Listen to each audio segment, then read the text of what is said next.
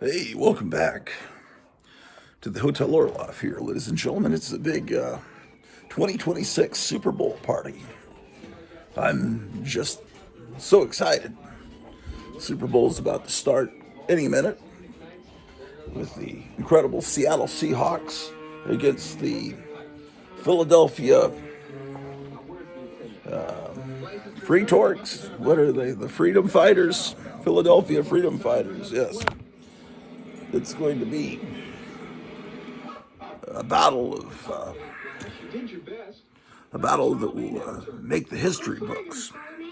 Hey, it's going to be great. And man, I can't wait to see Bad Bunny during the Bad Bunny. It's like you collect all these comic books and all of this, and then it will just all be thrown in a dumpster by your heirs that like Bad Bunny and TikTok and going 6'7". So it's all will be thrown in the dumpster. They don't care about any of it. And anyway, found this in the closet. Well, it wasn't in the closet, but something my wife bought. It's Freshy gourmet tuna meal. It says it's a quick meal. Thai sriracha. Anyway, no, I have to. I'd go out and get some breakfast burrito at the gas station, but these are times of little money.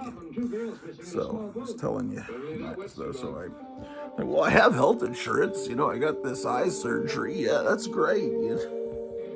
So my wife tells me, you think? Well, they called me and said I was going to still owe $1,900. And she says, no, it's closer to $3,000. And I said, really? They told me $1,900. So then all these other unexpected expenses. So I can't go get my refreshing, nourishing breakfast burrito. I'm going to eat this. It's like something from a George Romero movie or a David Cronenberg film, but I don't know. I'm sure it will be wonderful. Thai food. I haven't had Thai food in a long time. There's peanuts. Who puts peanuts into tuna fish and beans? I don't know. Maybe it'll be delicious. I think I had this a while back. I think I did have this a couple weeks ago. Let's see.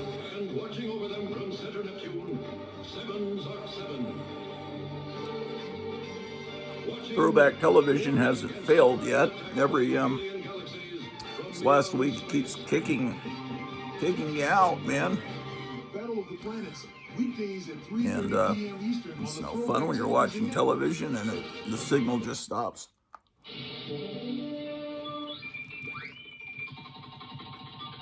That's the Super Bowl. As you know, I'm a huge football fan. So damn it. I mean, gosh darn it, Some fun when Snubby Gun plays Private Eye, and you can have the same kind of fun with Mattel's Tommy Burst Detective Set. The Tommy Burst. Oh, the beans are on top, and there's tuna underneath. Fire off a burst of 10 shots. Pull the bolt again, you're reloaded. Or fire single shots like a rifle. The Tommy Burst alone is $3. In the detective set, commercials that will never be, toys that will never be made again. God damn it.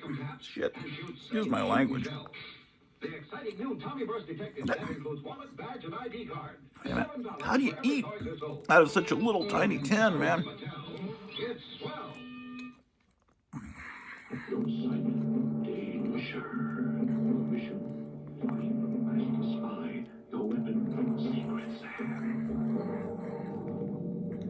Secret Sam's periscope. You see him, he can see you. You locate the master spy. You talk to him. The fact that something called Bad Bunny exists and it's popular. Secret Sam fires bullets from inside the case. Secret Sam is found. Very depressing. Special missile sends message to your partner. Mission accomplished. You hand over real photograph. Secret Sam with periscope, message missile, rifle stock, barrel extension, even shoots through this carrying case and this real camera. camera that works in secretly or out. Takes real photos. Oh, and they say that there's a rumor that Bad Bunny is going to come out wearing a dress in the halftime show.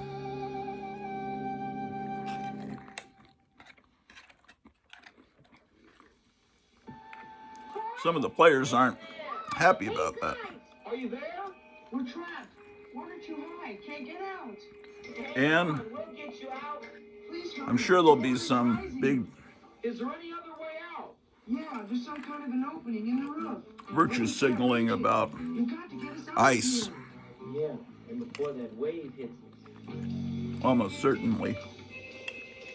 I can hear a sea below. I would expect there to be, I don't know, I haven't heard this. I haven't. I used to, a few decades ago when the internet was a new thing, I used to follow Ain't It Cool News out of Austin. And he would always tell you all the trailers that would appear during the Super Bowl. And I imagine there'll be a trailer for this new Avengers, whatever it is, Secret Wars type movie. I don't know what it is, but, and that would have excited me years ago, but now I completely, Disney is destroyed. I dropped a couple beans on the floor, but I don't know if I have to pick them up. I don't know if this is good for a dog to eat, man. It's people food, but it's poison. Poisonous slop. Well, that's my breakfast, man. 10-4, squad 51 out. No boats. Everything's out of the harbor. Just my ski boat. She's fast. Can you run her? Okay, hold on a second. Let me pause this. Take the trash out. I don't know. Should I root for the Seattle Sea Monkeys? Because I lived near Seattle during 5th grade, 1975 to 76 school year. Lived in Tacoma. Got to see the great children's host J.P. Patches with his all his great cartoons and stuff.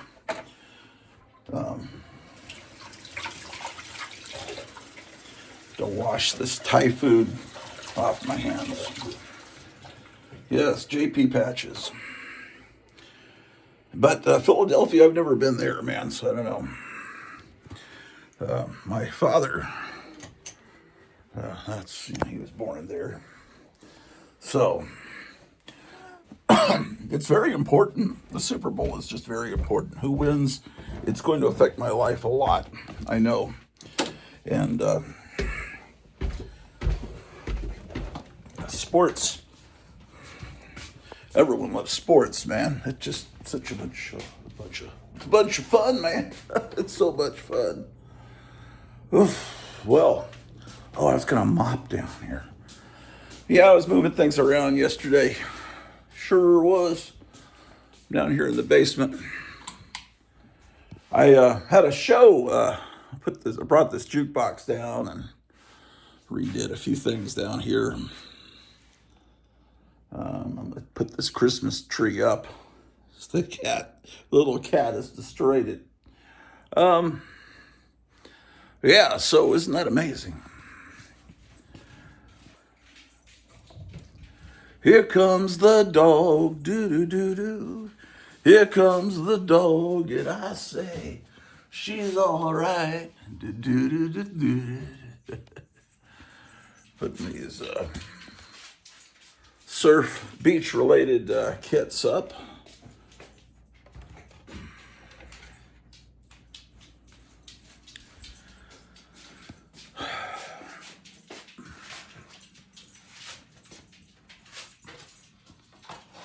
There we go. How about that? Look at this, man. I had a red Luger when I was 5 years old, but I found this in June at a giant citywide garage sale. Yeah. A Luger. Yes, it did. I wonder what happened to that red Luger I had. It was a red Luger squirt gun. Sorry to see you go. Let's put this up here.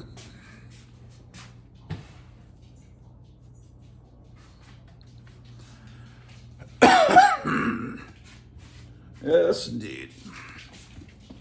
Well, Super Bowl, you probably want to look at comic books. So let's look at some comic books and play some music and have a great time.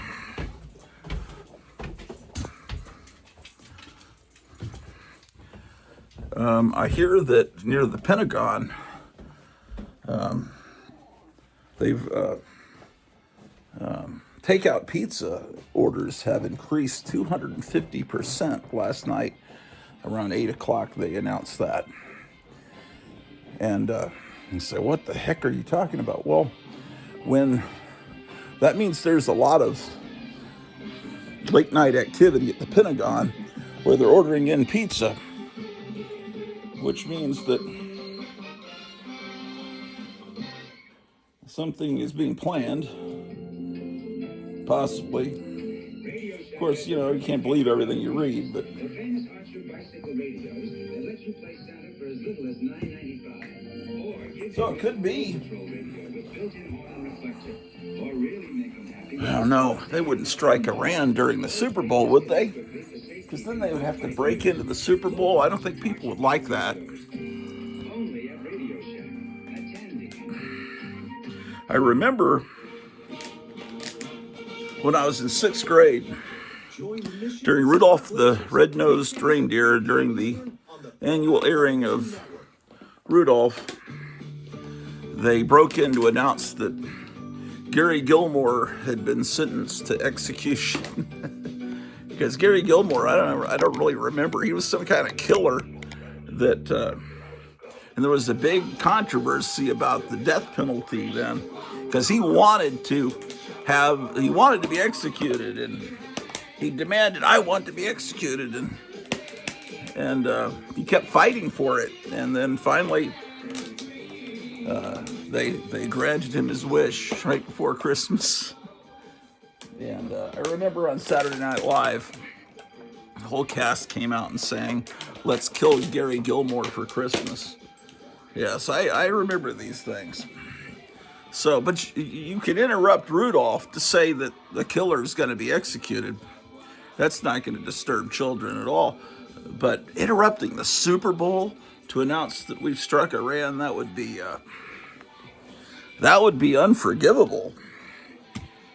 Hold on a second. I was cleaning my glasses and I was thinking, there's some old person's hair on the right. There's a gray hair. It's like, wait a second, that's my hair. I forget that I don't have brown hair anymore, that I'm now a decrepit old fart. Whoa, Drew. Why do animals like to walk right in front of where you're walking, man? Okay, well.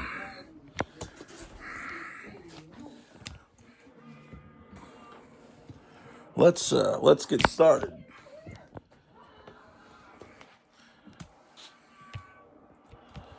Let's get some light.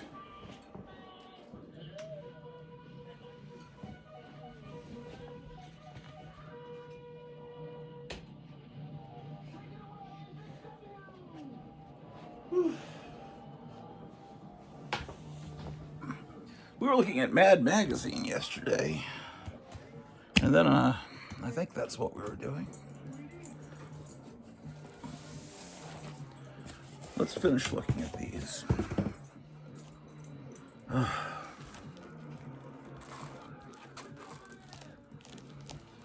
remember I'd gotten to the early 70s. Yeah, I was showing you my childhood copy of this. I remember so well. The smiley face craze that started about 1970. And this, sometimes they would have kind of explicit things on them that would confuse a 5-year-old. Let's see, 150, 151.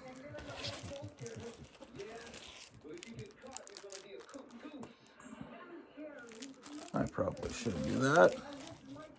152.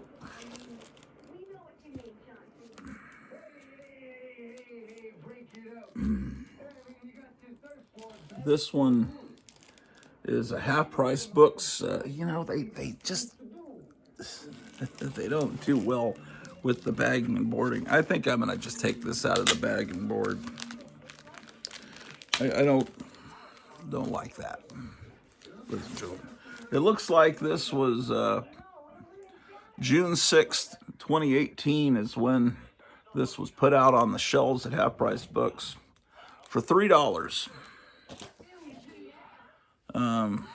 And I remember, I think my older brother had this. Let's take a look. They did these. Someone barely folded it. It's you know, the fold-ins would cause many copies to be folded. What I would always do was just kind of barely fold it and eyeball it to see, like this, to see what it was, because I didn't want to crease my copies. But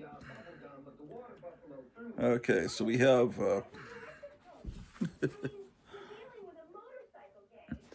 what is this a parody of? Is this a TV show? It's a parody of Mannix called Manic. Oh boy. Yeah, this time period, there was very much a formula to how the magazine was laid out. And it would be a movie parody at the beginning and a TV parody at the end of the magazine.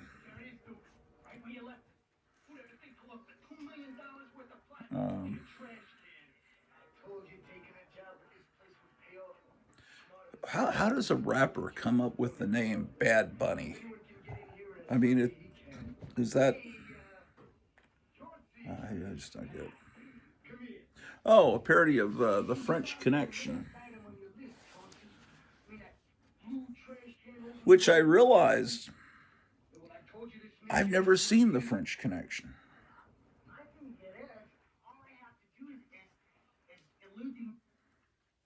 Oh, see, that's what happens, man. Luckily, I wasn't recording. See, it goes to this screen. Damn. But see, I'm about to record stuff here in a little bit.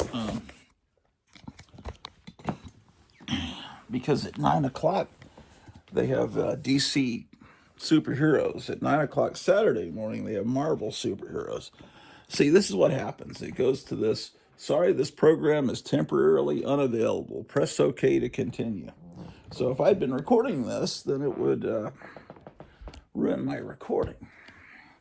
But I'm not recording this because it's an animated version of Emergent. No, oh, it's the... Actually, I am recording. I forgot. Oh, shit. I actually was recording. I'll just stop it. I don't need an episode of Wonder Bug, which... Oh, my gosh. Oh. Yeah, this started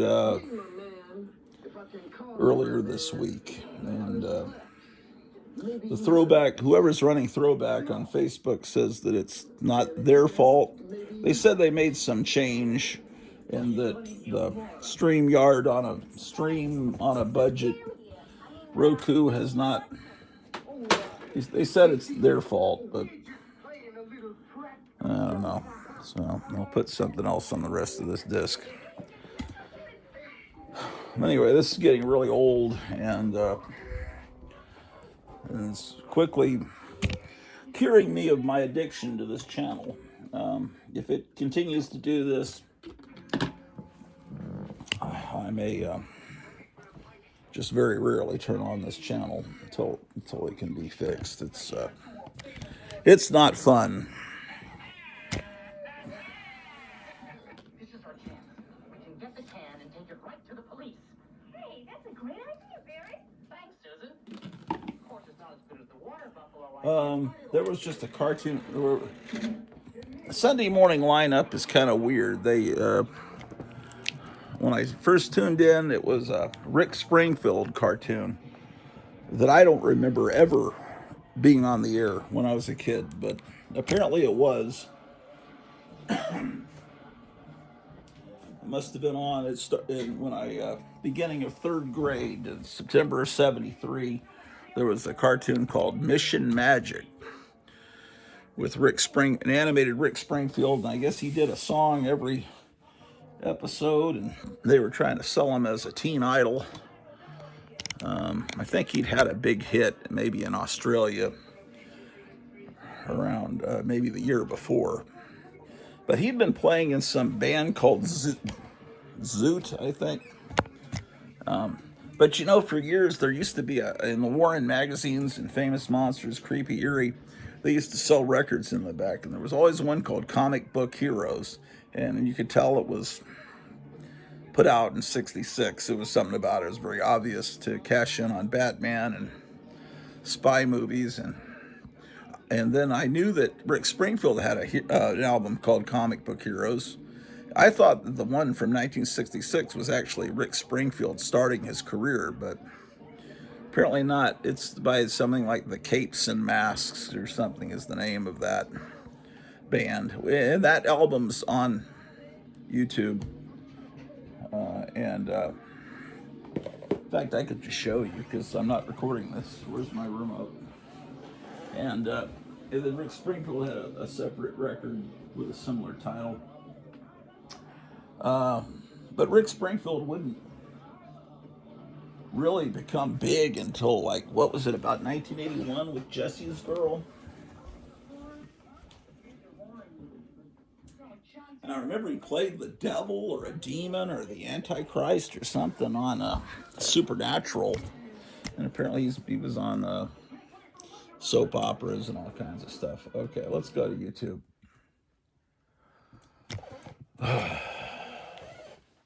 Super Bowl. Man, it's just so exciting. I just can't wait. YouTube.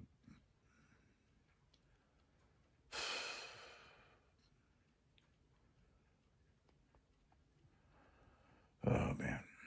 I haven't shown you any. Yes, I did. I did show some comics.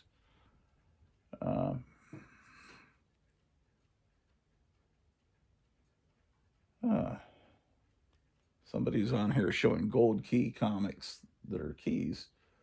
Okay.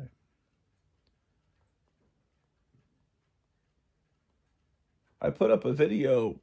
Well, it just went up this morning. It was uploading from about noon yesterday all night, and it finally posted on YouTube about 5 o'clock this morning.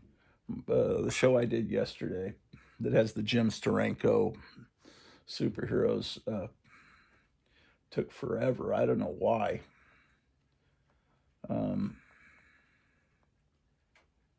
Okay, let's see here.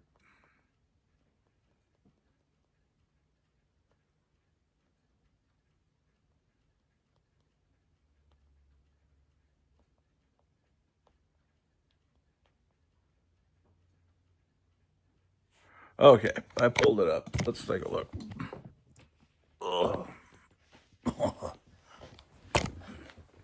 Okay, this is the record they used to advertise in Famous Monsters. Comic Book Heroes, right? Do you remember that?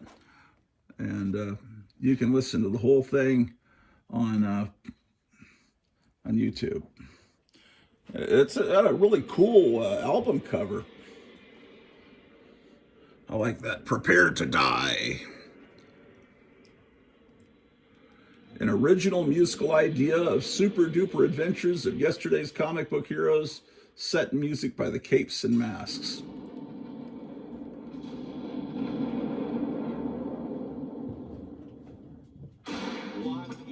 Let's see what this sounds like.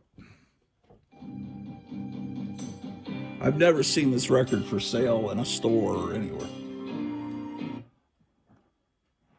It doesn't. The Wedding of Mr. Universe, and what is the name of this?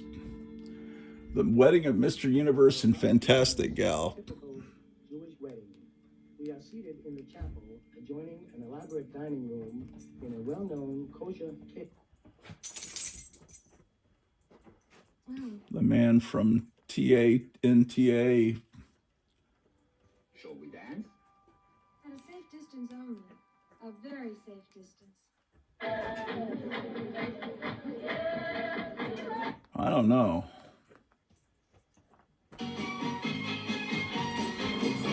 I think I make better music on Suno than they did back in the actual 60s.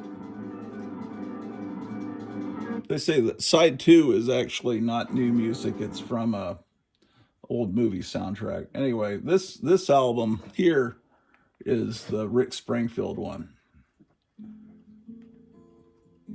from I guess 72 or something. Which so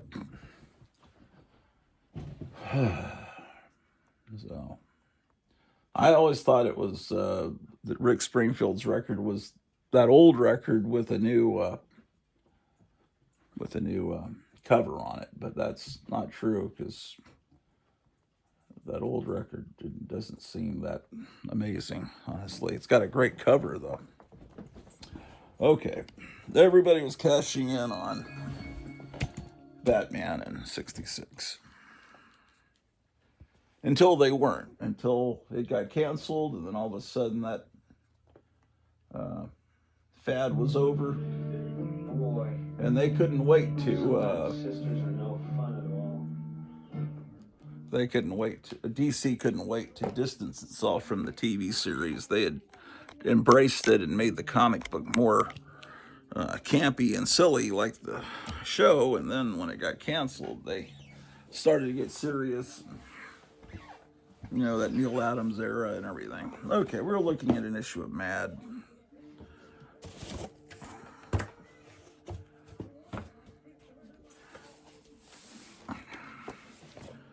Okay. The wonderful Treasure at the End of the Rainbow. Nixon and Bunker in 72. Yeah, Archie Bunker was... You know, Norman Lear created All in the Family to make fun of people that were bigots. They seem to use the word bigot more back then instead of racist. Anyway, instead, he became really a popular character. I think it backfired a little bit. I don't think they wanted people to like. This is also, I'm taking it out because of the cheesy board. It does not look safe. And this one was also June 6, 2018. So this is from the same person's collection they took in and put out. Yeah, whoever originally owned this didn't do the folding of the fold in. So that's good. Al Jaffe was such a great artist. Yeah, you could. Yeah, never mind. Doesn't matter. Okay, so what do we have here? Well, they have the movie parody in the back, so I guess I'm wrong. I don't know what the cute rook. What would that have been? So it's a movie with Robert Redford, but and it looks like it is Dustin Hoffman. I don't know. I'd have to look at Robert Redford's filmography to figure out what that is.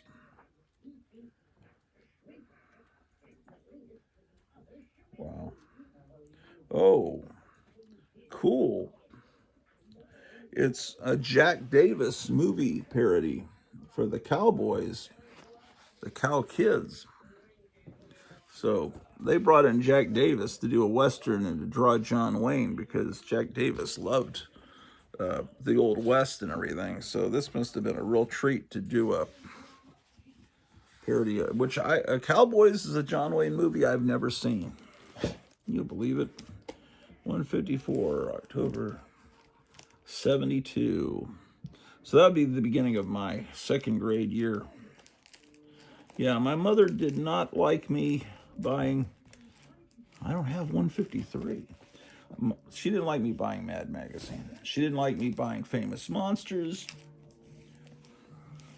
This one my older brother had. My brother Mike had the copy of this one, but I didn't get it until years later.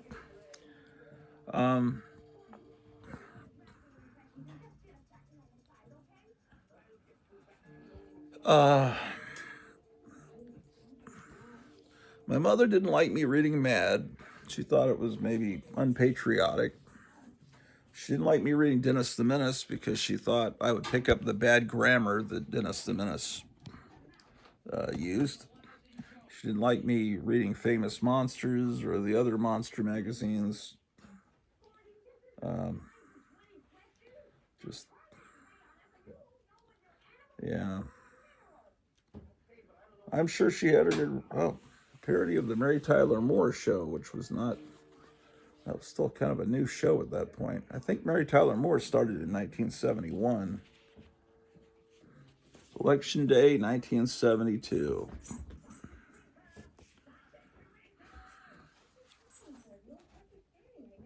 Yeah, I could definitely upgrade this copy. I mean, it's not too good, but this has obviously the parody of The Godfather, The Odd Father.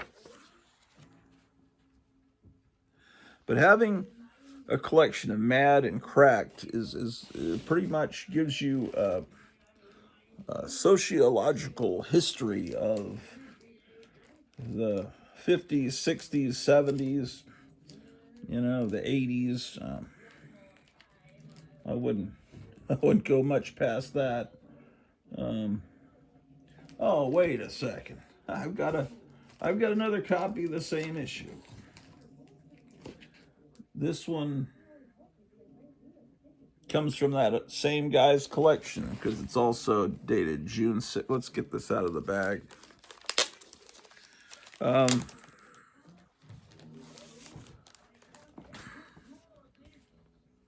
It's this doesn't have a chunk out of the cover there. It's in okay condition. Oh, speaking of Super Bowl, there's old Howard Cosell. Howard Cosell was frequently in Mad magazine, along with Charlie Brown and Snoopy, and Joe Namath made it into Mad a lot too. These were popular characters that I really only knew from not Charlie Brown and Snoopy, but Howard Cosell. Like I said, I never watched sports. I just knew that Howard Cosell. I more heard people imitating Howard Cosell, 156. And my father explained that he was kind of a blowhard that thought his job was to educate the masses and teach them about football, and people found him obnoxious. Here's Mad 157, which during the craze in Planet of the Apes, by this point in March of 73, Battle for the Planet of the Apes had just come out. And instead of doing a parody of Battle for the Planet of the Apes, they did a parody of all 5 Planet of the Apes movies. They also did that with James Bond. They didn't do the individual James Bond movies as they came out. They did like 4 or 5 of them. So maybe right as Thunderball came out, they did the first maybe 4 in one parody. But see, Planet of the Apes, you would have thought, okay, it was over. The last movie came out. It was kind of a low budget. They didn't put much care into Battle for the Planet of the Apes. But then, let's see, March of 73. When it must have been around September or October of 73 that CBS started showing the Planet of the Apes movies on Friday night. They showed the first one, Planet of the Apes, and I remember my older brother said, yeah, that's really cool. He was older, he'd seen it in the theater, and it was the first time it was showing on television, and I'd have to stay up till 10 to see it, which was outrageous because I think my bedtime was 9 o'clock. So my mother agreed that if I came home from school and took a nap, then I would be able to stay up. And then all my contemporaries, my peers at school, it's a weekend. My parents let me stay up till 3 in the morning if I want to, but it's a weekend. I don't have school. It's like, yeah, well, your parents You've got parents that are 26 years, 27 years old, and I've got parents that are 40, 45. They're from a whole different generation. My parents were always old enough to be the parents of my friends' parents because they had me later. They were teenagers during World War II. They were growing up during the Depression, and here I am in the 70s, and my mom meant well and everything, and she, yeah.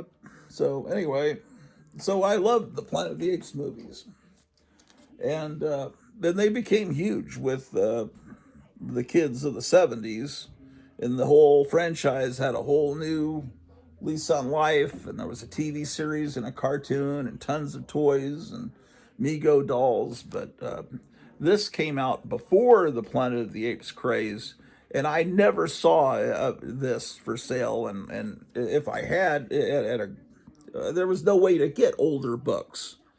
You got to understand, in 1973, how do you get older comic books? You can get them from ads in the comics from Howard Rogowski or Robert Bell or whatever, but I never did that. You could trade with friends that have old comics. That's how I got some Silver Age comics. I found a friend that had like something that I wanted, and I traded. I guess I traded some other comics or something.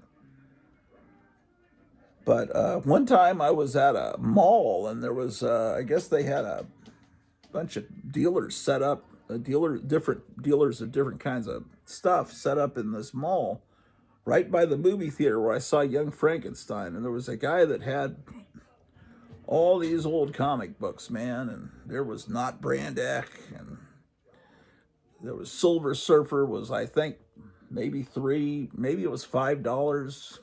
Silver Surfer #1. These are early 70s prices. But I never saw this. If I had seen this with my love of Mad and Planet of the Apes, and I didn't get this till later. I thought I had more than one copy of this.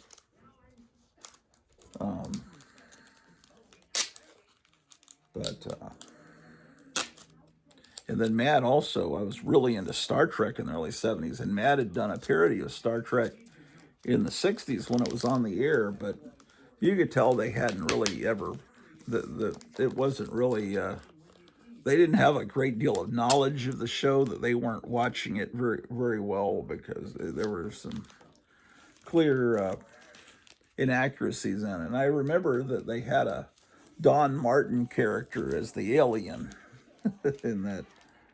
It was like called Star Blech or something like that. Oh my gosh.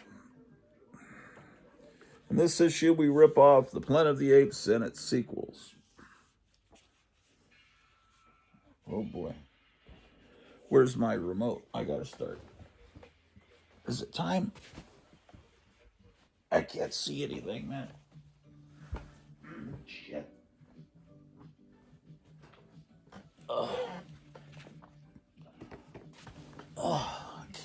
I can't see the clock because I've got a stupid doll in front of the clock. Oh, they're still going to show Dr. Shrinker. Okay. Okay. They've got the Sonny and Cher show. The funny, it's weird, not often would they do a parody of a variety show. Yeah. Yeah, that was a weird deal because did Sergio Aragones do some cartoons for the Sonny and Cher show? I know some of those shows he did little cartoons for them. But anyway, they were divorced. They got divorced and they kept doing the show together. It was very odd.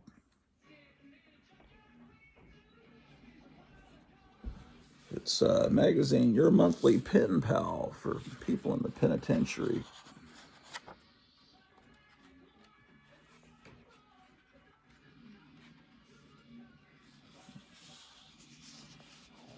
Meet your guard.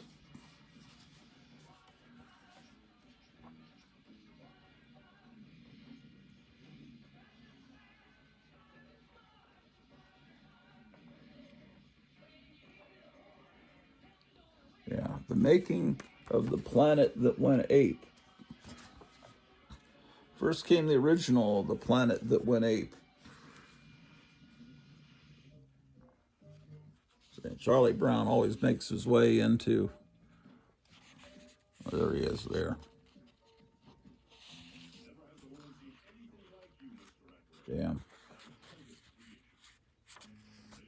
So anyway, it's a smorgasbord. Then they have Underneath the Planet That Went Ape, Escaping from the Planet That Went Ape. Man, if I had seen this issue when I was in 3rd or 4th grade, I would have gone ape. I would have messed my pants. This is really a wonderful thing, and I don't understand why I only have one copy, and it's not really in that great a shape, but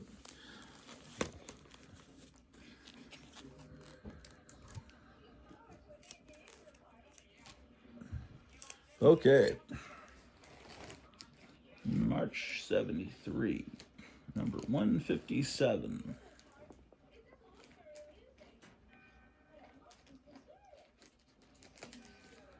And that brings us to 158, which also has this terrible backing board, April 73.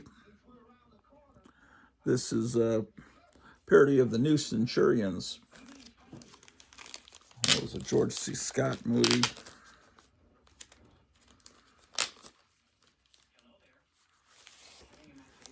I remember seeing that on television. See, this is the bad one. It's a black cover, and you see where someone folded in the fold in.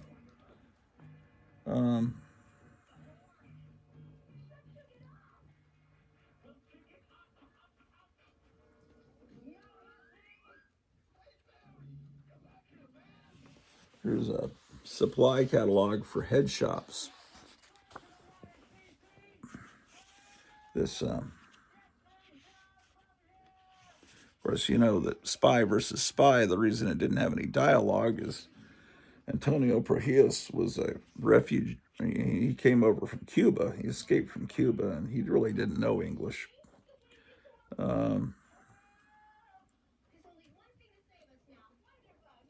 What is this? Okay, New Centurions. Yeah, it had, I guess, Stacy Keach and George C. Scott. So it was like they're calling it the New Comedians. I saw it on television, so I didn't really see the uncut version. But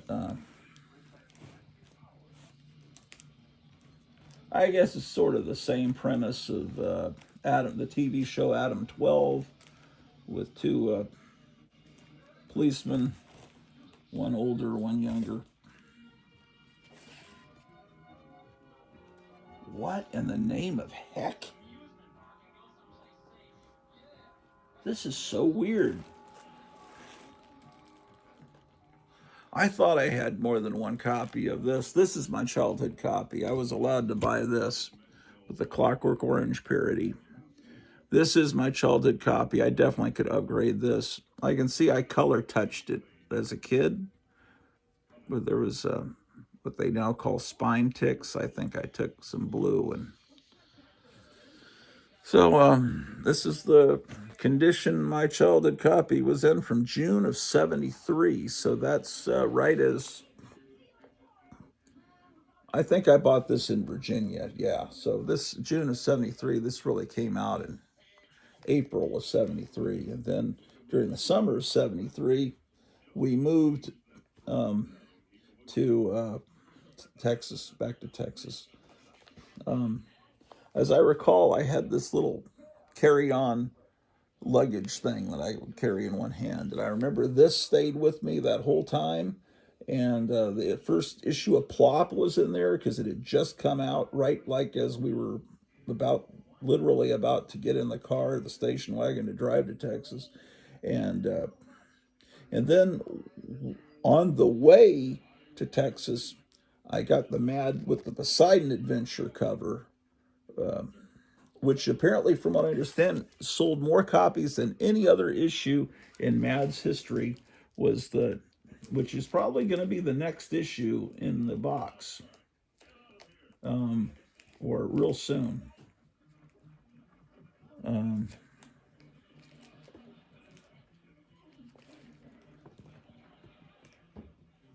it isn't. That's strange. That's weird. Oh. Where is... Oh, it's coming up. This is 160.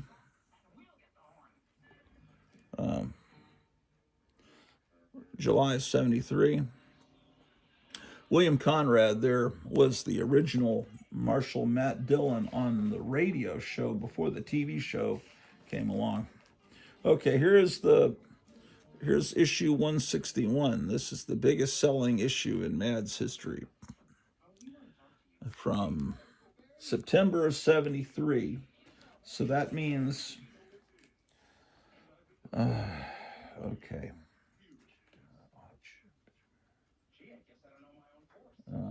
That was July of 73 that was out. So, and then this one would have been the first one I bought living in San Antonio. October of 73, right as school was about to start, my 3rd grade year. Man, this really is, this is, looking through this, more than just about anything. I need to put backing boards in here. More than just about anything else. I remember buying this like it was yesterday. These memories of 3rd grade, that looking at these, man, this is really, these are all my childhood copies. These are not, at this point, I guess my mom had buckled in and was allowing me to buy Mad. Now, this issue that has the American Graffiti parody in it, they gotten it. For years, I was, as a kid, I was conflicted about this. I got another one at Half Price Books, apparently, from that same guy. This is June 10th, 2018. Let me take it out of here. My childhood copy, I have somewhere. I removed the cover from it because I felt guilty. I felt I had waves of guilt owning it. But apparently, a lot of kids that subscribed to the magazine, this came in the mail and they pulled it out of the envelope, and this one is white on both sides. Maybe I can use this and make a sign out of it.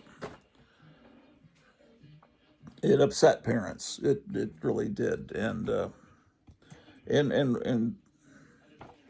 it's interesting that Alfred Newman's, obviously that's probably his hand, but he's not on the cover. And usually he would at least be up here,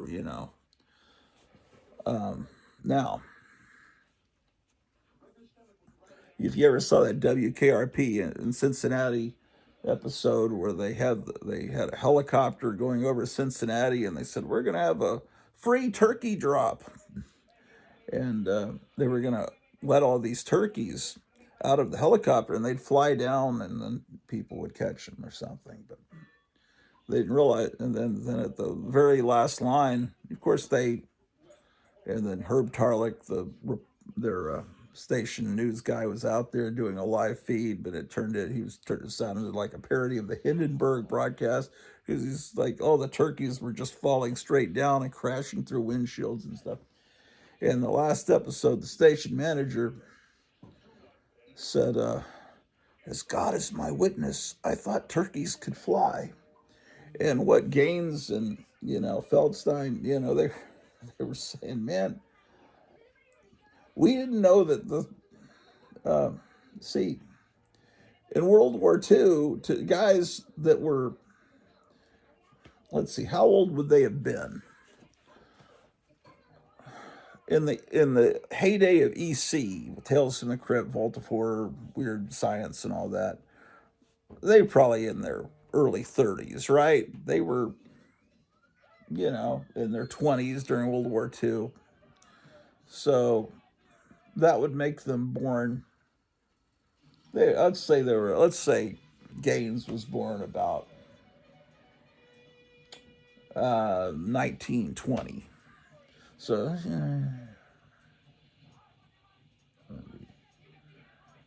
So, let's say they're in their 50s, right?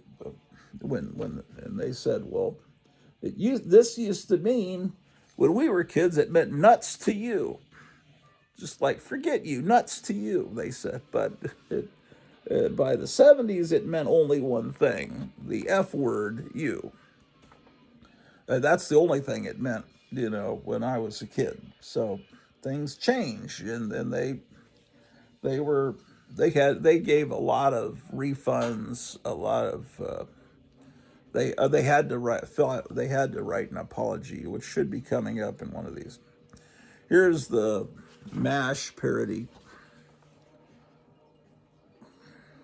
I like the MASH movie. The TV show had a laugh track. It's kind of annoying hearing Alan Alda's voice. It I don't know. I know it's a beloved series, but it looks so anachronistic. I mean, it just didn't look like the early 50s. It didn't look like the Korean War. I mean, the movie had a whole different tone. It was a lot darker and meaner, and I don't know. I mean, I guess it's a classic series, but I was just never that much into the TV series MASH. I like the movie. But here's the parody of American Graffiti, a movie that changed my life because the music in it. It's called American Confetti.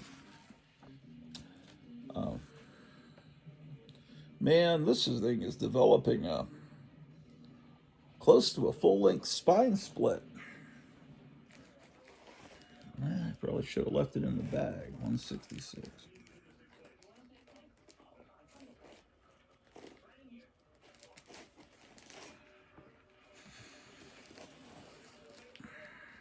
Oh well. 167.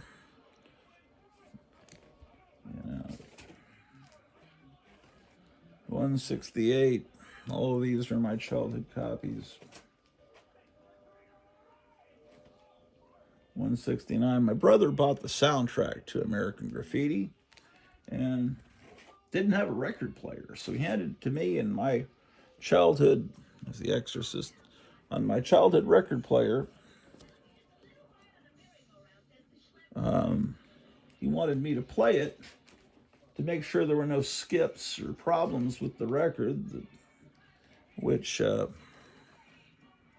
I listened to it over and over again, and it was fantastic music from the 50s and 60s.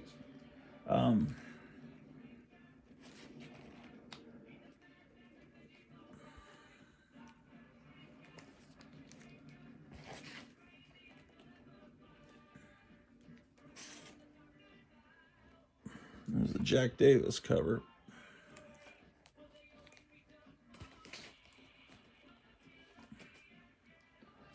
Death Wish.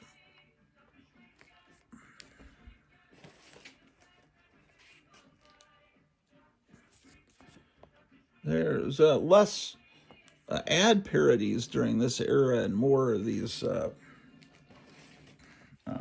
political messages on the back. Oh, here's the parody of Airport 75. I think Airport 75 was the first time I went to a movie by myself without, being accompanied into the theater by my parents. It was like where I was dropped off at the theater and I bought my own ticket, went in, and the same thing with Towering Inferno. I also, same theater. So those are good memories.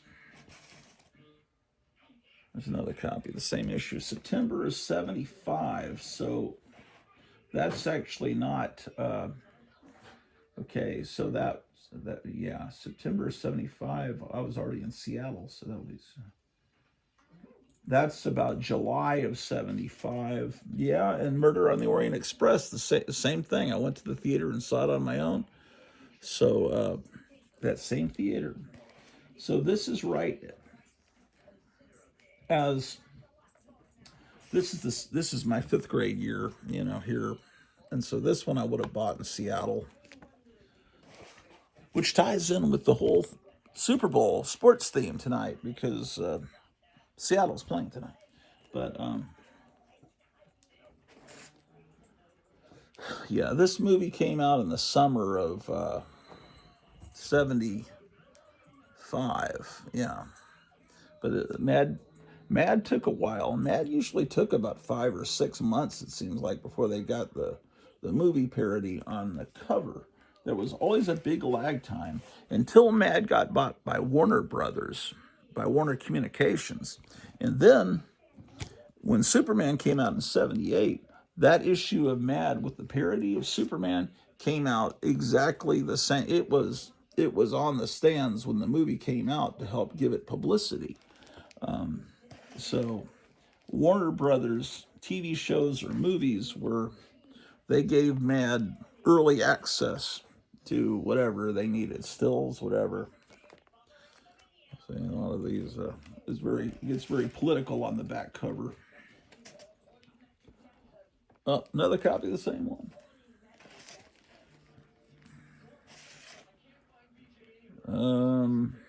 June of 76. Okay, so it's back to an ad parody. Oh, Kevin's calling from Gotham City. It's a Sunday morning. I hope everything's okay.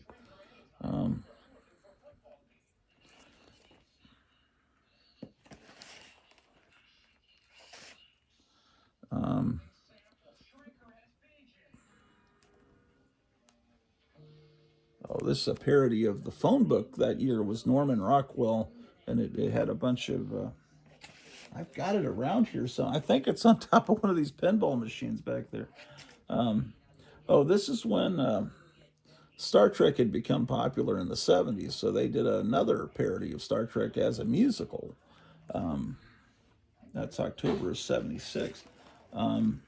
Their first Star Trek parody was actually done in the 60s. Okay, so it says, unlike other greedy magazines that exploit hot personalities to sell copies, we refuse to feature Guess Who on our cover, even though we do a takeoff of Happy Days in this issue, along with a satire of All the President's Men featuring Guess Who and Who. They're probably referring to Cracked, who put Fonzie on the cover for probably 30 issues in a row. And then Cracked was a lot more crass with... they'd have somehow figure out a way to get the shark from Jaws, Fonzie, Welcome Back Kotter cast, and whatever else is popular. Of course, here's a parody of a New Yorker cover on the back. Yeah, going through Mad or Cracked, or especially as far as the fads of the 70s, that magazine Dynamite that Scholastic Press put out. Those are good ways to really get a feel for the 70s. And of course, here it says July of 77. So they took a while because this movie came out at Christmas of 76, and that was very disappointing. CB Radio's network. This was during, I hated this time. Well, for a while they started putting at the top what's in the issue. I thought that was ugly. I didn't support that decision. Here's the Charlie's Angels issue. I wish I wasn't recording this on my phone. Maybe I could get a decent laptop and record the show on a laptop, and then I could answer the phone when people call me. Gary Davis has contacted me by phone 3 times about seeing how we're doing about the death of our cat, and he just lost his sister, and I need to talk to him, man. I talked with him a few nights ago, but I need to call him today. I don't know if he's a football fan or probably going to be watching the game, maybe. I don't know. Okay.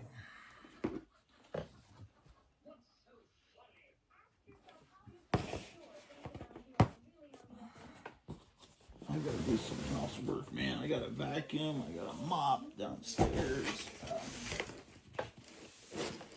Here's a box that's labeled "More Cracked, Crazy, Sick, and Miscellaneous." I don't know what miscellaneous is. I've got several boxes of Cracked. These are just issues that probably didn't fit into. This is 92, the year of 92 in review. By then, Cracked was not something. Cracked really got big into the monster craze in the 60s. And anyway, this is reprinting some of their monster stuff. And they did a lot of special monster editions.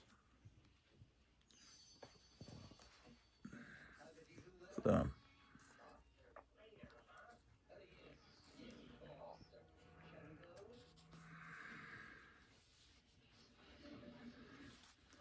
Monster Party. Oh, there's a cat on the television on Dr. Shrinker. It was driving me crazy. I was thinking, is one of my cats in distress? Weird. This Dr. Shrinker is kind of like Land of the Giants, except terrible. Okay, so it looks like this issue reprints their parody of The Godfather. Oh, it's monsters and other bad guys. So there's monster stuff and mafia stuff because they're trying to cash in on the Godfather stuff.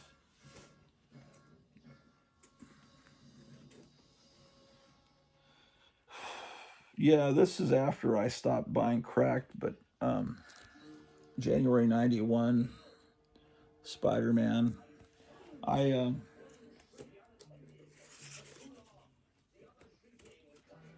then I saw that I became aware that Mort Todd had taken over Cracked and done some clever things with it for a while. And so then I tried to seek out issues of Cracked from that time period. And I don't know. This is a beat up copy. This is not a childhood copy. I mean, this is from 1982. I was in high school. This is in terrible condition, but I guess I couldn't leave it behind. The Ghost and Mrs. Muir. This is a parody of The Ghost and Mrs. Muir. That series is on this throwback television on weekdays. I don't think I ever watched it, but I remember seeing little bits of The Ghost and Mrs. Yeah, I probably did watch it when I was like in 5th grade on Armed Forces television when we were living in Germany. But and I think it was a movie first, right? I think so. Man.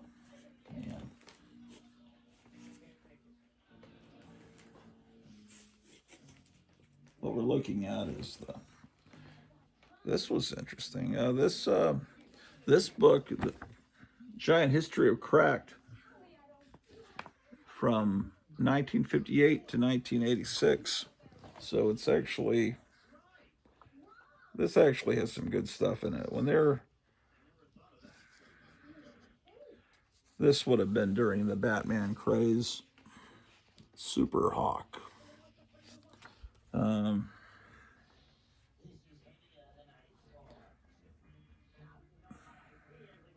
It's interesting to go back through this is a good assortment of stuff from, now it's always been hard to find back issues of Cracked. You can find back issues of Mad, But finding back issues of Cracked, I don't think they were saved as much as people, or cherished as much as people might do old issues of Mad. But here's a 1950s American Bandstand. Who drew the, let's see. Oh, that's Severin. Yeah. Look at the detail, the amount of time that Severin put into this giant drawing of the set of American Bandstand.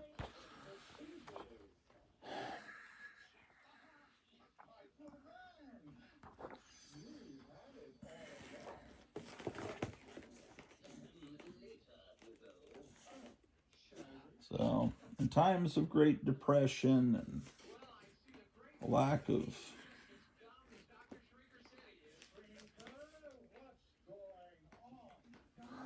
food and money, it's fun to go through old books and get a little comfort from them, I guess. The Many Faces of Sylvester P. Smith, who was there.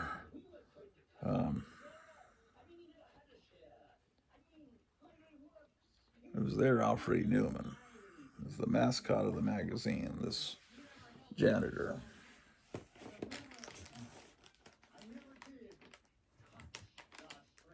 That one's from September of '86.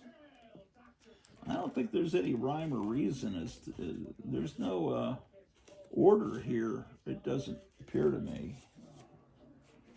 This was a weird thing when Don Martin, who'd been with Mad forever, defected and went over to Cracked. This is from 1992. That was a big loss for Mad. Ooh, this is probably why I wasn't buying. August '97. I don't know if this is the Mort Todd era, but anyway, it's a parody of the X-Files with a that's terrible art, man. That's wretched. I would never buy that. Obviously, I bought it later.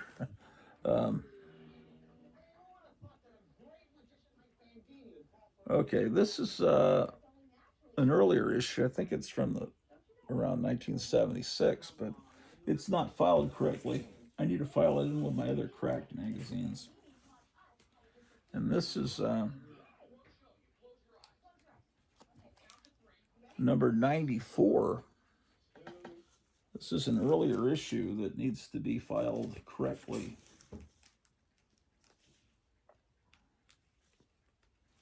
Oh, see, it did it again. See up there? It just kicked me out. Press OK to continue. That's terrible. Is it time?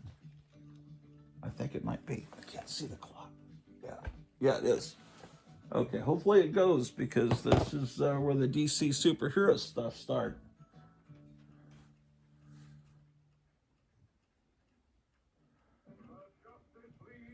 Okay, well, I can't show it to you because I don't think they have permission to run any of this stuff on this channel. I think this channel's completely unauthorized. I mean, the stuff they run.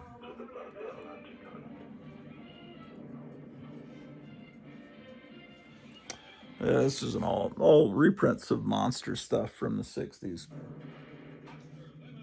Oh, yeah. Last time I got a copyright claim because of the Superman theme. Because Warner took the themes to every superhero show, TV show ever, and put it on a CD. So the theme song to the '60s Superman cartoon got a severe copyright attached to it.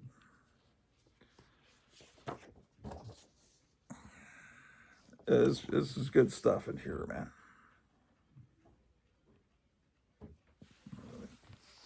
Not the best artwork, but what am I talking about? It's great. There's Sonny and Cher parody.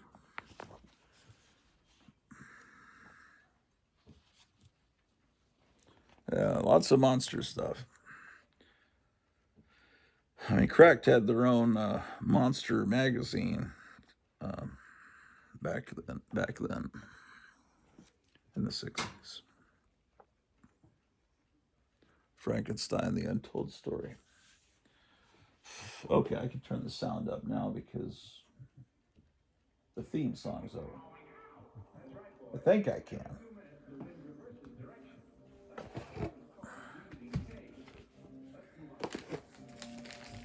How long have I gone? An hour and 10 minutes.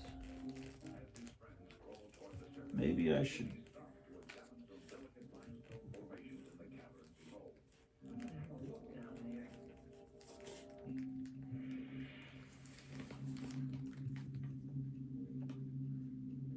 Fall of '86, super Cracked.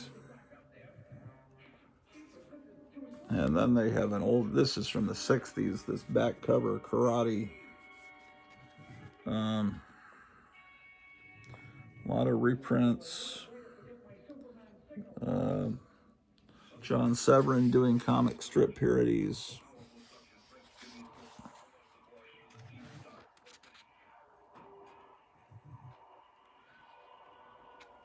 Oh, Superman has Tarzan has laryngitis. A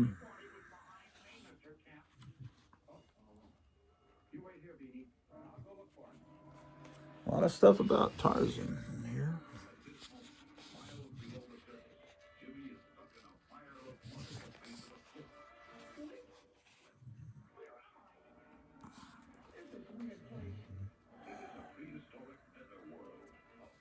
A catalog for costumed heroes.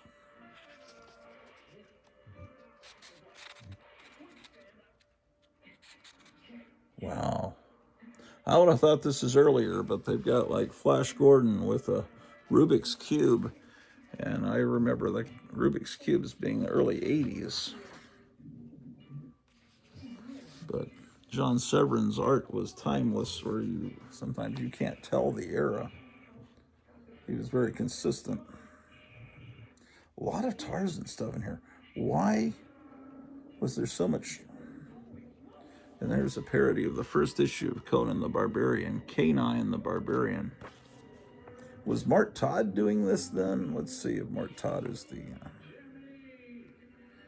Michael Del Femine, super editor. Barry Shapiro, the amazing art director. This must have been right before he came in. I think he might have been doing it in the 90s.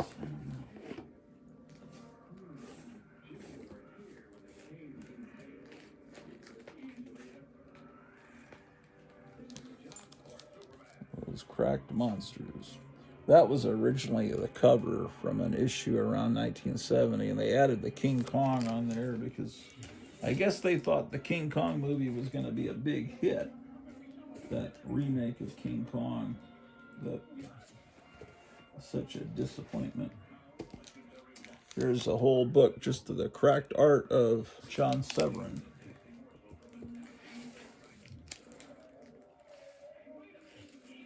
Another Cracked Monsters one.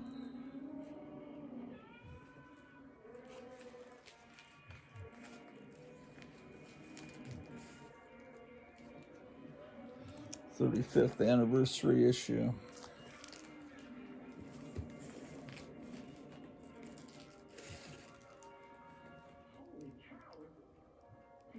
Look how sad the original cast of the Addams Family was to see that movie that came out in the 90s. That, they were a far superior cast than the one from the movies. I mean, Angelica Houston was definitely not Carolyn Jones. I mean, John Astin, far superior. Ted Cassidy's far superior to the guy that played him in the movie. Oh, well. What are you going to do, man? Here's a monster party with... I don't like that artwork.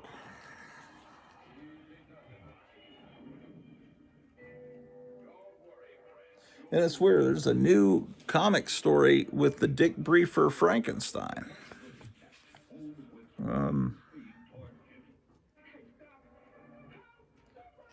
Yeah, somehow they either the Dick Briefer Frankenstein fell into public domain somehow, or they got permission. She's promoting Vampira's Beauty Salon.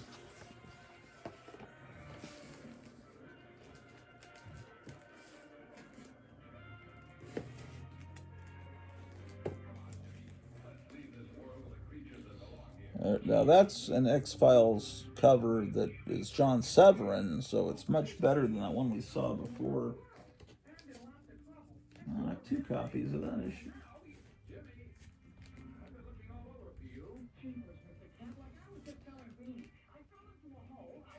See, they reprint the same stuff quite a bit, but this one's from February 1983.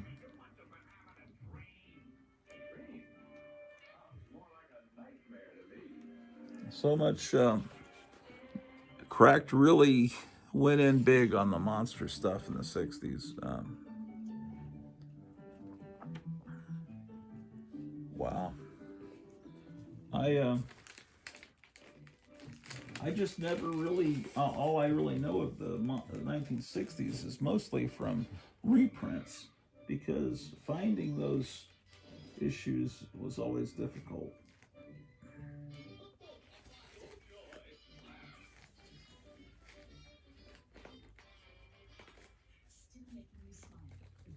I think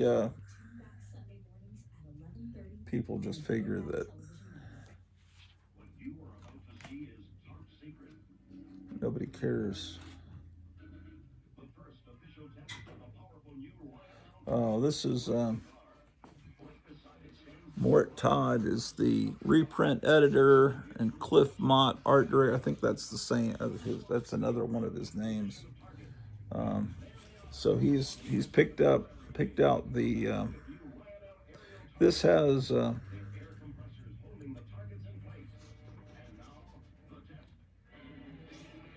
It has all this popular crap. The New Kids on the Block.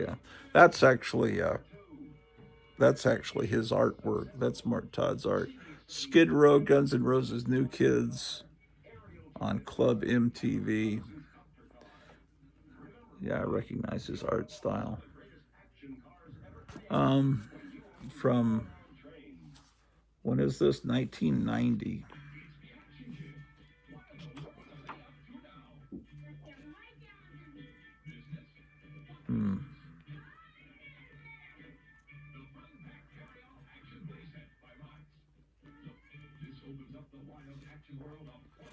Wow.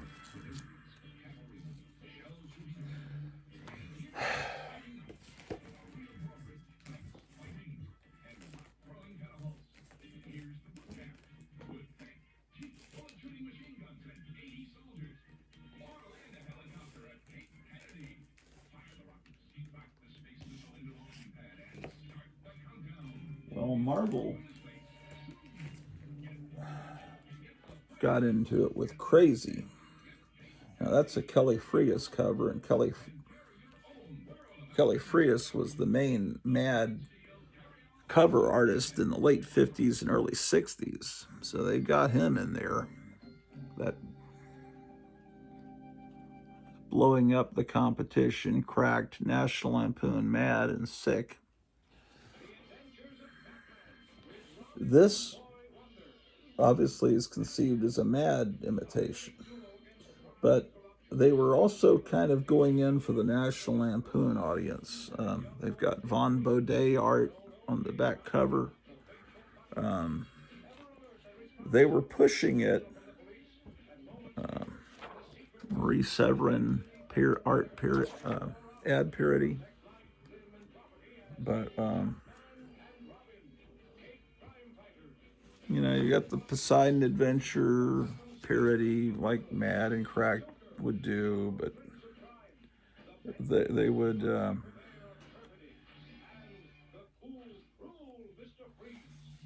do a parody of the Dave Berg Mad stuff.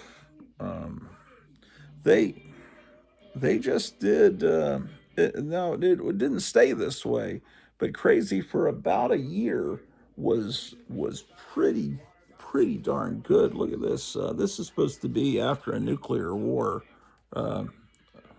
It's a newspaper called the Daily Survivor, where everyone's a mutant.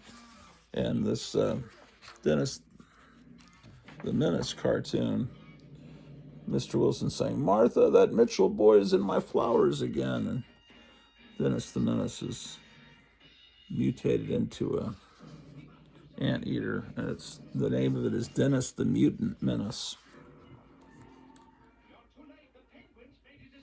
Oh, look at this. The movie for the week is Tarzan Goes to Minnesota. Anyway, you've got Basil Wolverton art, and it's a Harlan Ellison essay with Basil Wolverton art. So they were, and then look at this.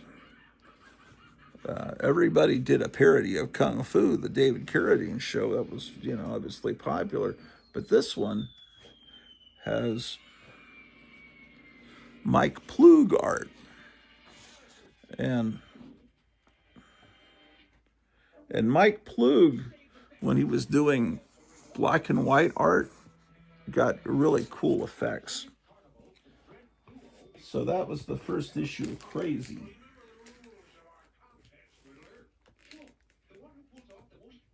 And where is...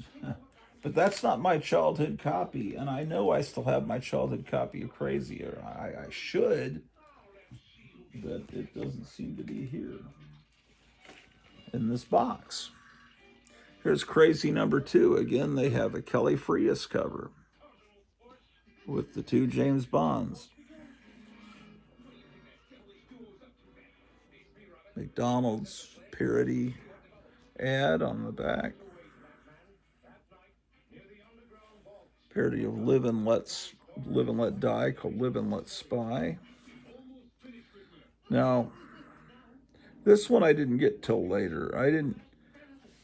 They're doing the monster thing. I didn't get Crazy #2 when it came out. I got Crazy #1. I don't know why. I don't think I ever saw Crazy #2 on the parody of McCloud. I never saw it on the stands. That's why I didn't get it. The 3rd issue I remember getting.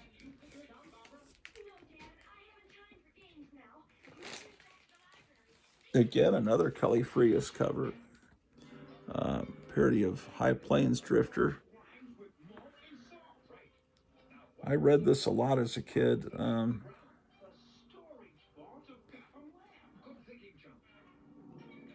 Here's a parody of those poster ads.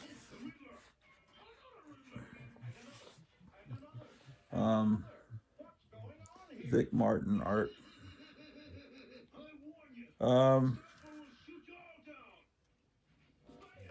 Hot Rods of the Gods.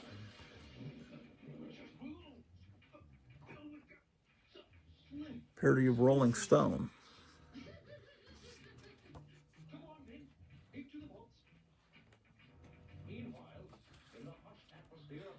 Parody of the Waltons. This is interesting.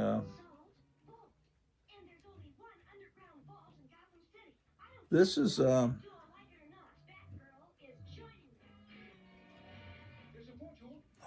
I see what they did. They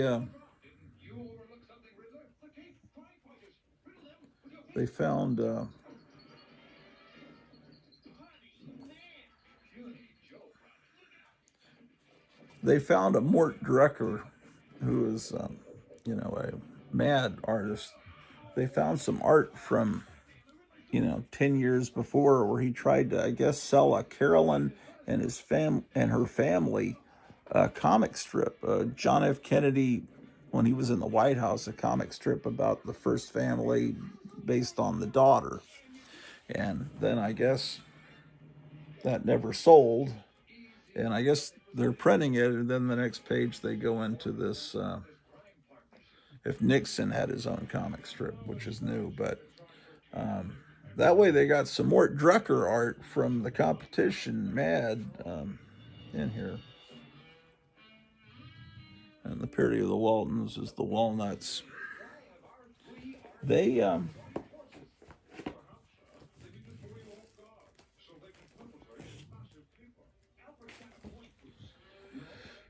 Then you have Kelly Frias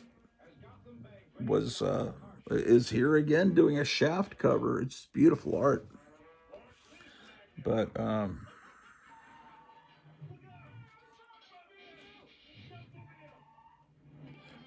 the artwork has I mean, it kind of looks underground. They It doesn't look 100. Here's Mike Plug is doing the Shaft parody. It doesn't look.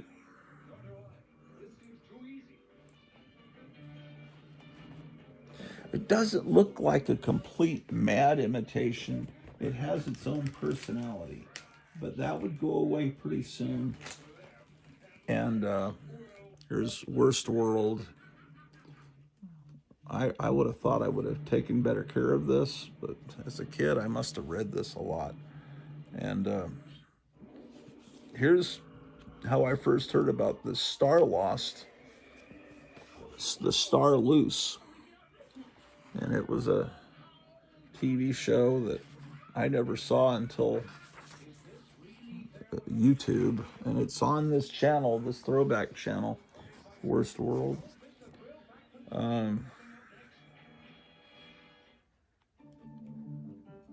Streaking. Okay.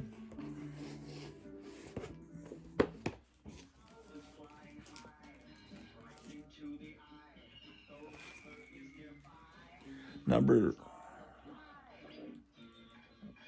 7. This is a Nick Cardy cover. This is got Marie Severin doing a parody of the Please Don't Squeeze the Charmin.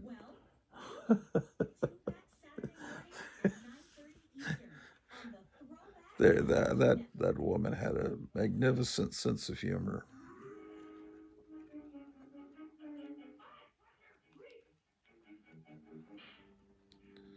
So why? This is Marie Severin and Herb Trimpe doing this parody of Kung Fu, which it's issue 7, and they're doing another parody of Kung Fu. They did one in issue 1. I don't know. I guess they thought that would sell. Issue 9. That's Kelly Frias. Wait a second. Where's my 8? 8 with the Exorcist cover. Oh, I pulled them out wrong. No, number 6 I didn't show you is got the Exorcist. Look at that's a magnificent Kelly Frias cover. Look at that, Kelly and Watergate graffiti.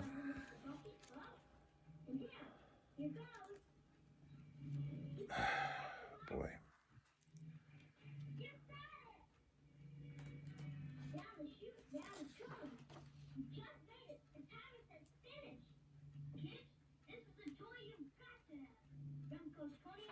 Okay.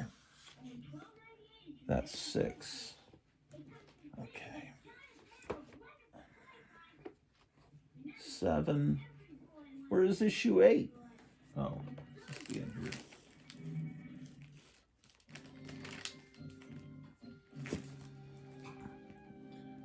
Issue 8 is a Nick Cardy cover. I mean, he's good, but it's not Kelly Frias, obviously.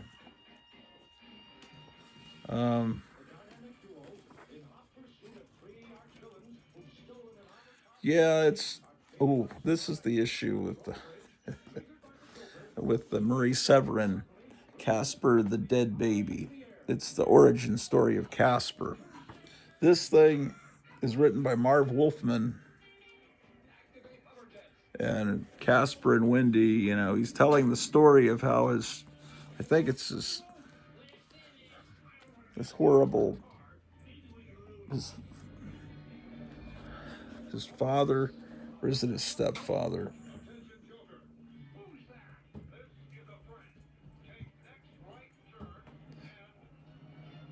Oh no, it is his father.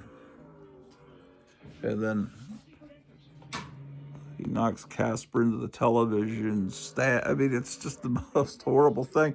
Then he comes back as a ghost, causes his father to go off the side, and then these knives come down. It's one of those things when you see that, and this issue number 8. It's number 8 where the Casper story is. It's from December of '74. So that would have been the middle of my 4th grade year. Seeing that as a 4th grader, a Casper story like that is kind of, oh my gosh. Here is Marie Severin. He's this is the guy.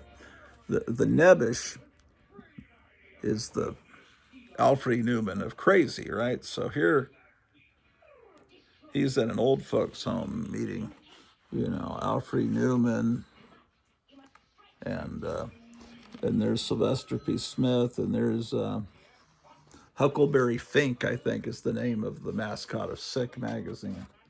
So that's kind of weird. Also surreal to see as a kid. Is this the one that has the parody of the Charles Atlas ad? I think it is, yes. Again, you can just tell it's Marie Severin. It's like, hey, quit shooting that bazooka in my face. That man is the worst nuisance on the beach. And he says, listen here, I'd smash your face, only I can't find it now. His head is completely gone. And then he's bandaged in the next panel. That big bully, I'll get even someday. Anyway, comes back and completely knocks the guy's head off, and then he's arrested. He's the killer of the beach.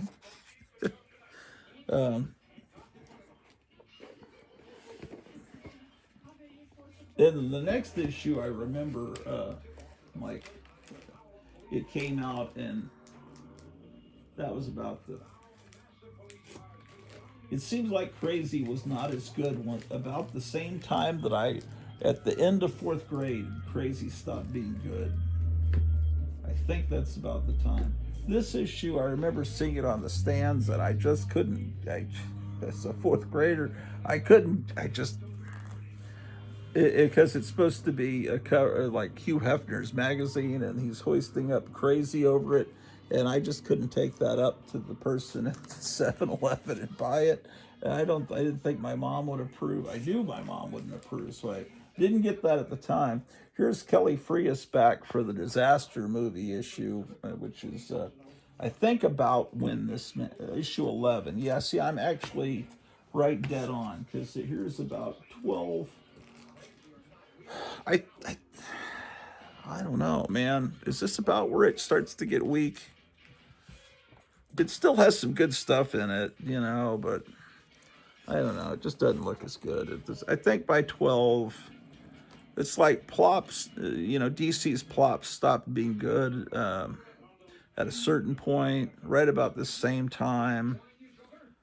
Yeah, it's not the same good. It must have a different art director or whatever at this point. But it kept going for many years after that. Just like a lot of things that were once good, they start to stink, and then when they start to stink, then they become really popular. And then they keep going forever. Like Happy Days. When that started, for the first year or 2 seasons, maybe, it was really good, and it was shot outdoors. You see the old cars and everything, and then I think maybe it was the 3rd season or whatever it was that they started filming before a live studio audience. It just had a huge drop off in quality, and that's when the cast started to feel like they were big stars and that they could just go ahead and wear their hair in the 1970s style. Why cut your hair short and then you look weird when you're not filming the show? You're not like everyone else. So the show stopped being really resembling the 50s in any way, and horrible. I always liked this cut. Some of the super special, this crazy super special, has all these. You see, he's got all these issues of Mad, including some of the ones I've just shown you. There's that Paper Moon cover.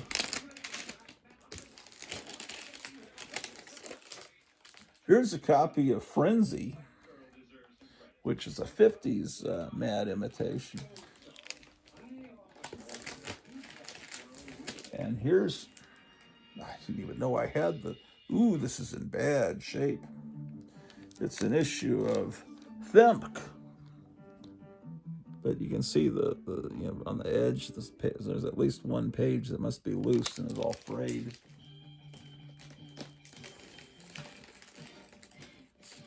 Oh, shit. Here's an issue of Sick with a completely detached cover. Sick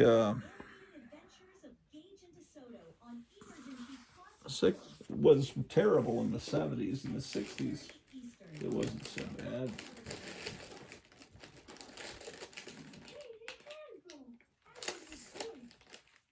It seemed to stick to a lot of beatnik stuff. Joe Simon was over it for a while.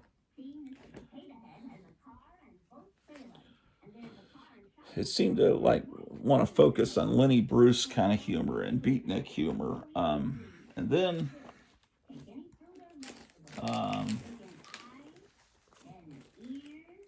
different people took over. It even changed publishers.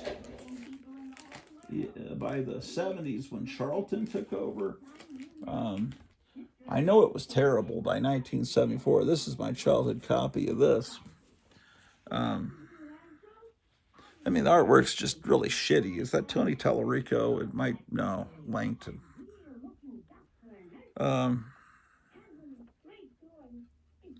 You know, just like showing people's feet. That's supposed to be funny, I guess.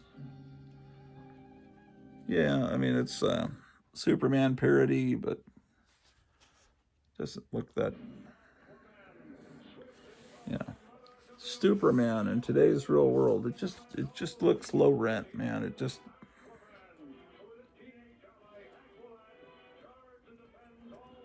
oh no, the Aquaman theme's gonna get me. Shoot, it probably already got me. I'll probably have to edit out the background. Here's Adam 12, but it's Acne 12. That looks like Tony Tallarico art. Is it? Art by Tony Tallarico, my arch nemesis, one of the worst artists in the history of comics, I think.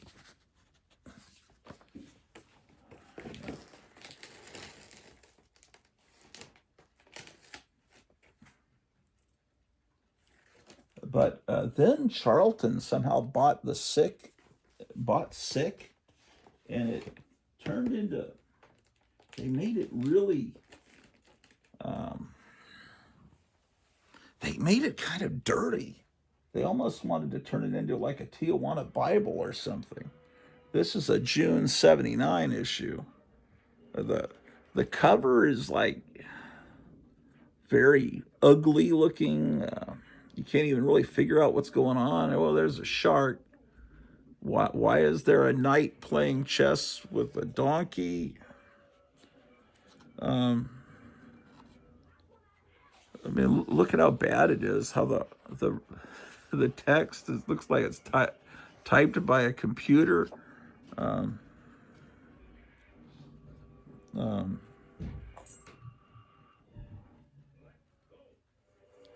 Sick and reviews Mickey Mouse. It just, oh, this must be a parody of the Ralph Bakshi animated Lord of the Rings, which no one else did a parody of. Cracked, Mad, nobody bothered with that.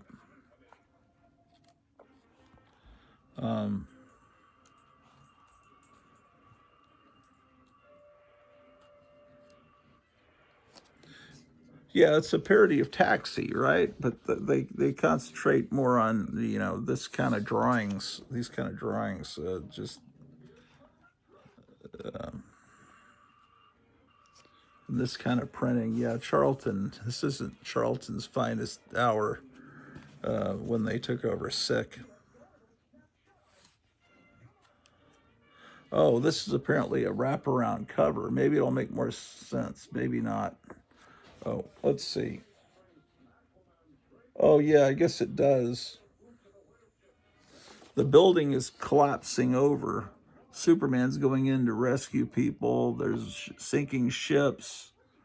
Okay, they're knocking a building down. Now it kind of makes sense. It doesn't make any sense. It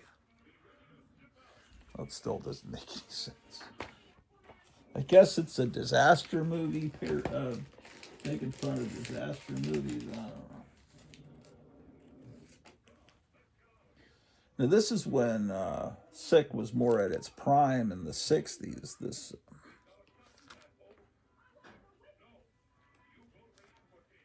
Like they've got Ringo Starr next to Alfred Newman, next to LBJ. They're not drawn very well, but there's Morticia and Gomez. Yeah, why try harder?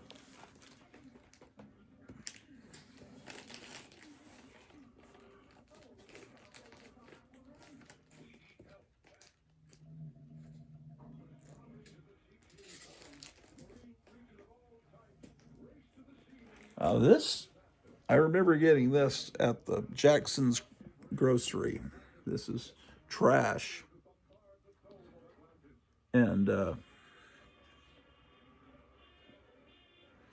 have a feeling that's Tony Tallarico art here too. It has all the earmarks of Tony Tallarico art. This one has a Star Wars parody because it is from March of '78. I remember the Star Wars parody was probably why I bought this. It's the artwork isn't bad, but the cool thing about this, if I ever find another copy of this, I might actually remove. There's a poster, Star Wars, right? But I don't want to remove the cover. He's accidentally hitting Princess Leia with his lightsaber and frying her hair. And there's Mr. Spock and the Tin Man. Oh, and then he's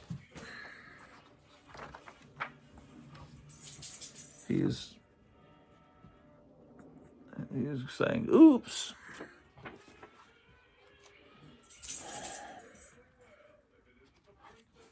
And here's the Star Wars cantina, and that's Logan and Jessica from the TV series. That doesn't look like Michael York, and it's Kirk and Spock. It's actually not, it's not very well drawn, but it looks like Frank Frazetta next to Tony Tallarico's art. I mean, that kind of looks like Flash Gordon kind of shit. I don't know.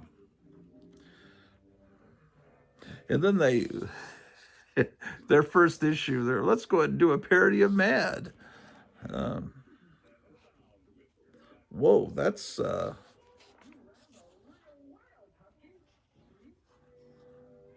kind of like Martin gets murdered. This is pretty violent. What the heck?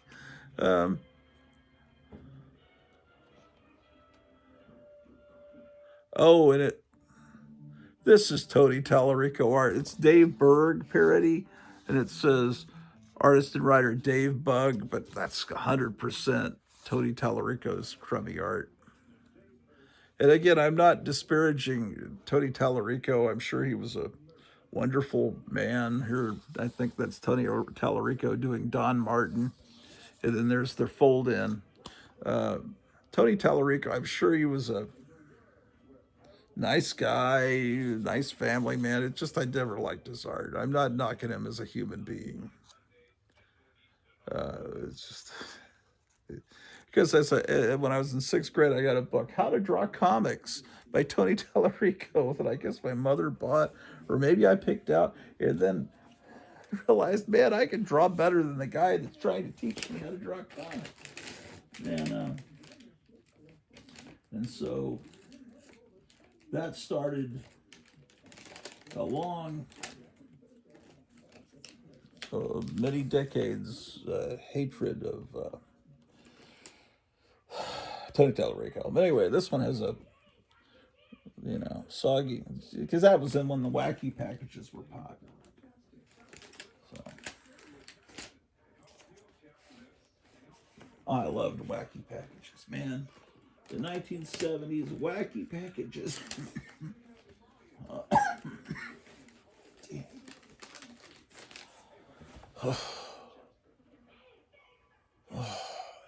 Not feeling too good, man. Maybe a little tiny can of tuna fish for breakfast isn't the best breakfast. Well, so far this is playing okay. We're in. Maybe I'll get the whole hour of cartoons without it failing.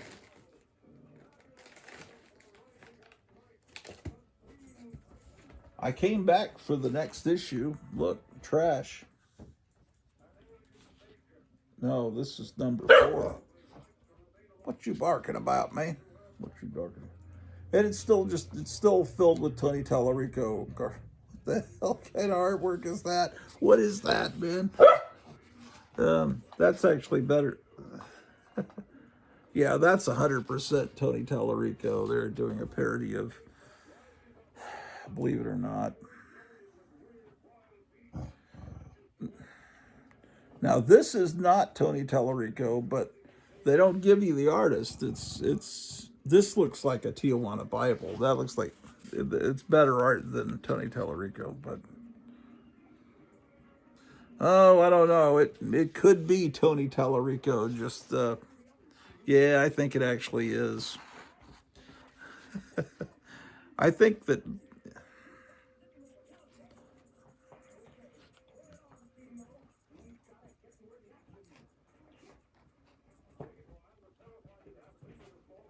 Here's their parody of Happy Days, Sappy Days.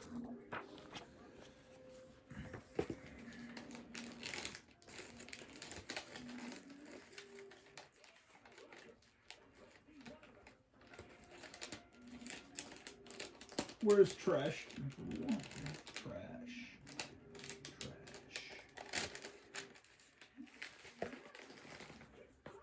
What else is in this box? Oh, this is Omni, the Bob Guccione's science magazine.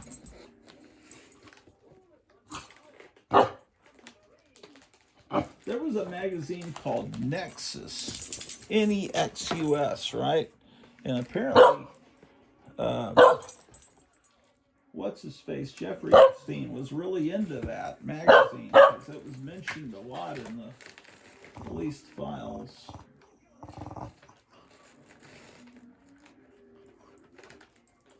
Seeing what else is in this box. There's an issue of Maximum Rock and Roll. Let's see.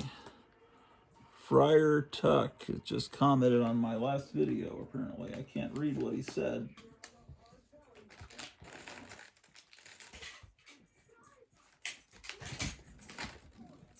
Oh my gosh.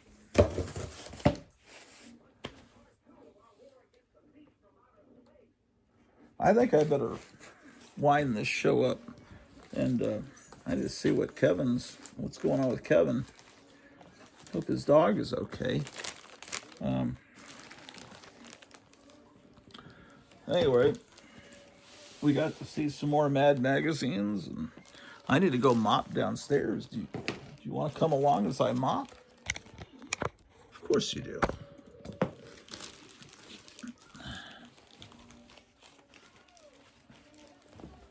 Whoa.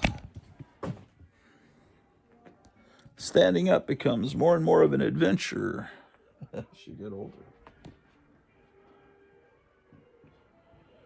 Whew.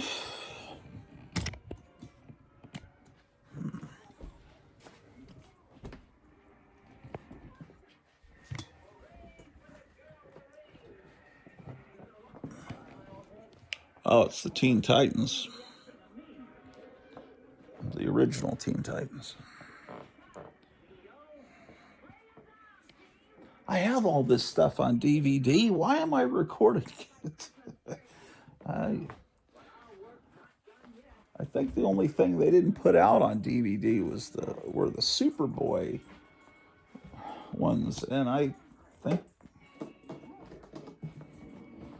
I have all the Superman and Batman Filmation.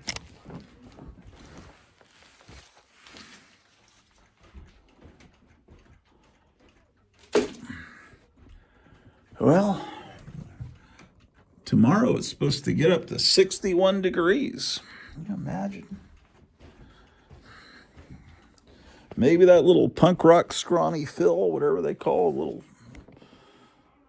groundhog, was incorrect. He didn't see a shadow the other day, and they said, well, that means we have 6 more weeks of winter, but I don't know, man.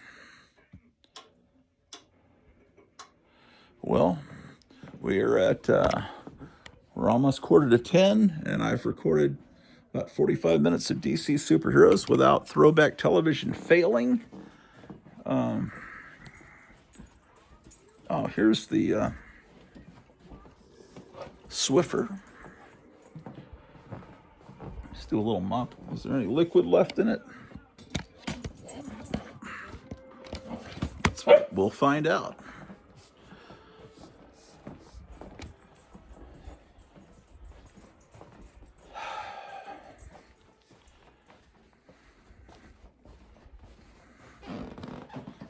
I might need to take Drew for a walk here in a second.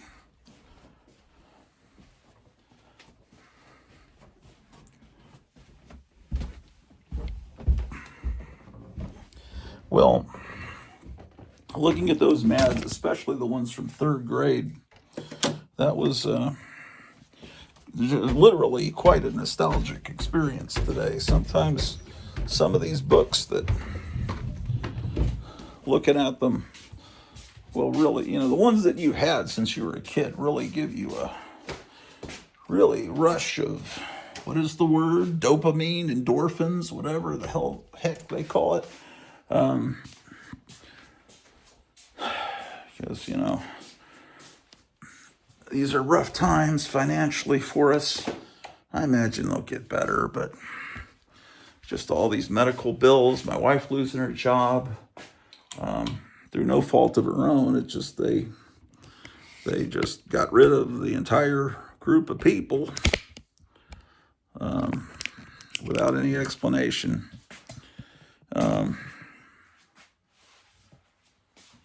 I don't know. There was someone that stayed at her house for a while, and he left this shirt, the Bulls, Henrich, and that was 10 years ago. I don't know who that player is. Maybe I should give that away as a special prize to someone that's not fat. They could wear that. Okay, these Swiffers are the modern way to mop, ladies and gentlemen. So,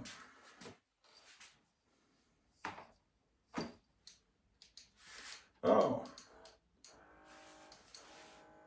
there's no liquid in this. Good grief, man. It's terrible. And, oh my gosh, the cat. What is the cat doing up here?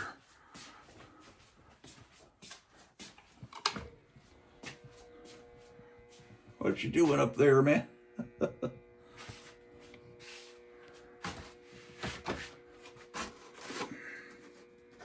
Chamber of Horrors. I need to put this somewhere. We're down in the basement, ladies and gentlemen.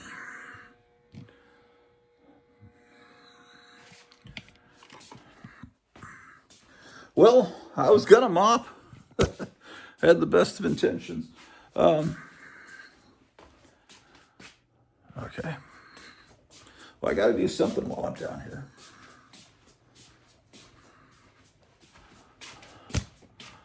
Oh, to heck with it. There's another Swiffer somewhere. I'll find it. Well, I hope you're enjoying the wonderful Super Bowl. And if I had a genie, I would wish that both teams lost, that neither team would score, and at the end of the Super Bowl, it would be 0-0, and everyone would lose, and everyone would be crushed. But I hope you enjoy the historic performance by Bad Bunny, one of the great musicians of all time, and you'll have something to talk with over the water cooler tomorrow with your pals. Hey, I'll be seeing you.